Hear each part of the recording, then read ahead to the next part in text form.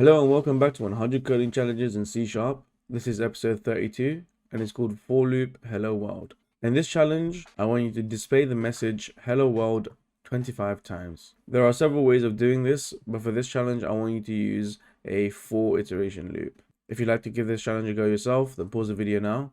Let's begin. So this challenge is obviously, as you can imagine, fairly simple.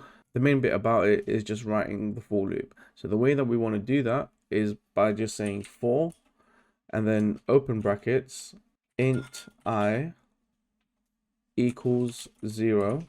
So this is us declaring a new variable int I, and we've set the value of it to 0, and then semicolon followed by I is less than 10, and this is the condition that we want to meet for the loop to stop. So when I finally reaches a number that's either equal to 10 or more than 10, we won't continue the loop. And then the last part of this, we just want to do I plus plus.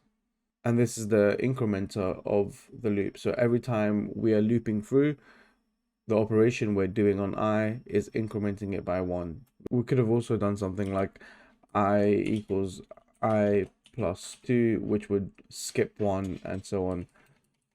But for now, we're just doing I plus plus. We just want it to increment by 1. And then in here, we can do console.writeLine hello world.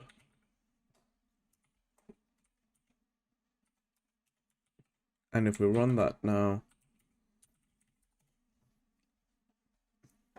we've printed out hello world 10 times. And just to prove it to you, if I add in a variable in here and call it I plus 1, and the reason I'm doing a plus 1 is because it starts at 0, and I run it again, you can see 1, 2, 3, all the way down to 10.